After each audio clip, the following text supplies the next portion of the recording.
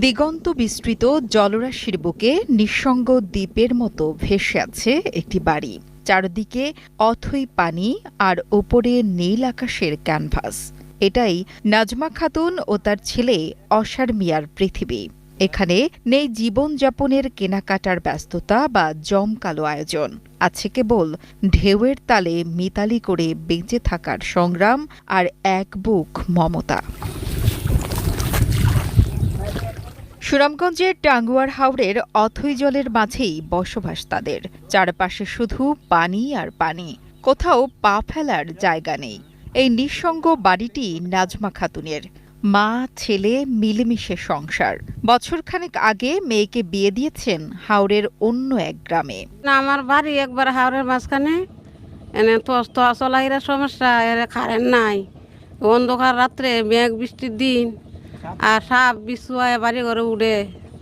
আমার সব দিকে আমার সমস্যা চলতে গিয়া। জীবিকার তাগিদে দেশের বিভিন্ন স্থানে গিয়ে দিনমজুরের কাজ করেন ছেলে অসার মিয়া, যার ফলে প্রায় সময় নির্জন হাওরের এই বাড়িতে সাপ বিচ্ছুর সাথে লড়াই করে টিকে থাকেন নাজমা। অসুখ বিসুখ হইলে ডাক্তার ঘরে দেয়, সেবা যত্ন করবো যে কেউ নাই, এরা জায়গা কামে কাজে।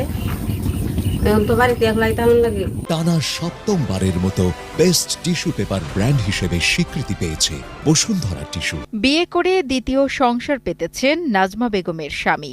তখন থেকে একমাত্র ছেলে মেয়েকে নিয়ে জীবন সংগ্রামে নেমেছেন এই বৃদ্ধা।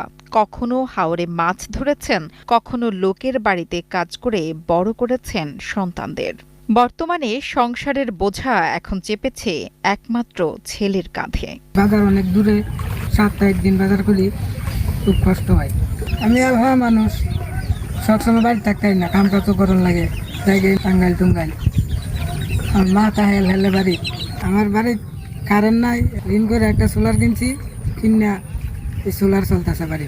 বছরের 2 ঈদ ছাড়াও আছে বৈশাখ, আছে আরো কত পিঠা পার্বণের উৎসব। কিন্তু এসব কিছুই উকি মারে না মা ছেলের জলে ভাসা সংসারে।